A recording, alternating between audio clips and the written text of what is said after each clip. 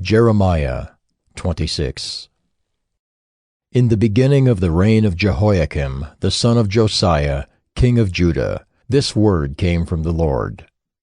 Thus says the Lord, stand in the court of the Lord's house, and speak to all the cities of Judah that come to worship in the house of the Lord, all the words that I command you to speak to them. Do not hold back a word. It may be they will listen, and everyone turn from his evil way, that I may relent of the disaster that I intend to do to them because of their evil deeds. You shall say to them, Thus says the Lord, if you will not listen to me, to walk in my law that I have set before you, and to listen to the words of my servants the prophets, whom I send to you urgently, though you have not listened, then I will make this house like Shiloh, and I will make this city a curse for all the nations of the earth. The priests and the prophets and all the people heard Jeremiah speaking these words in the house of the Lord. And when Jeremiah had finished speaking all that the Lord had commanded him to speak to all the people, then the priests and the prophets and all the people laid hold of him, saying, You shall die.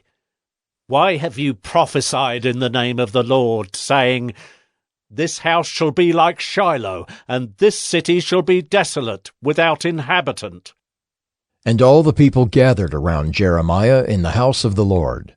When the officials of Judah heard these things, they came up from the king's house to the house of the Lord, and took their seat in the entry of the new gate of the house of the Lord.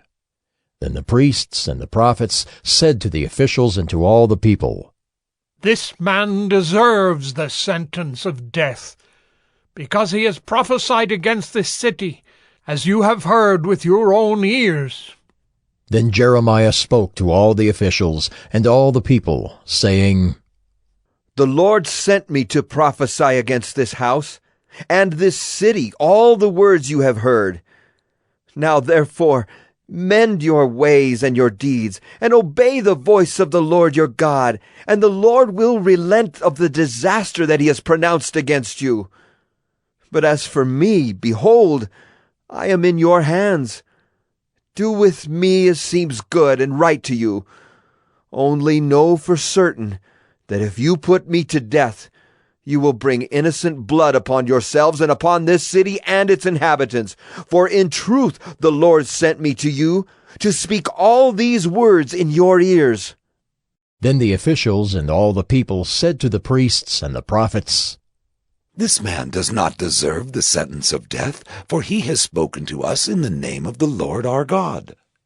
And certain of the elders of the land arose and spoke to all the assembled people, saying, Micah of Moresheth prophesied in the days of Hezekiah, king of Judah, and said to all the people of Judah, Thus says the Lord of hosts, Zion shall be plowed as a field, Jerusalem shall become a heap of ruins, and the mountain of the house a wooded height.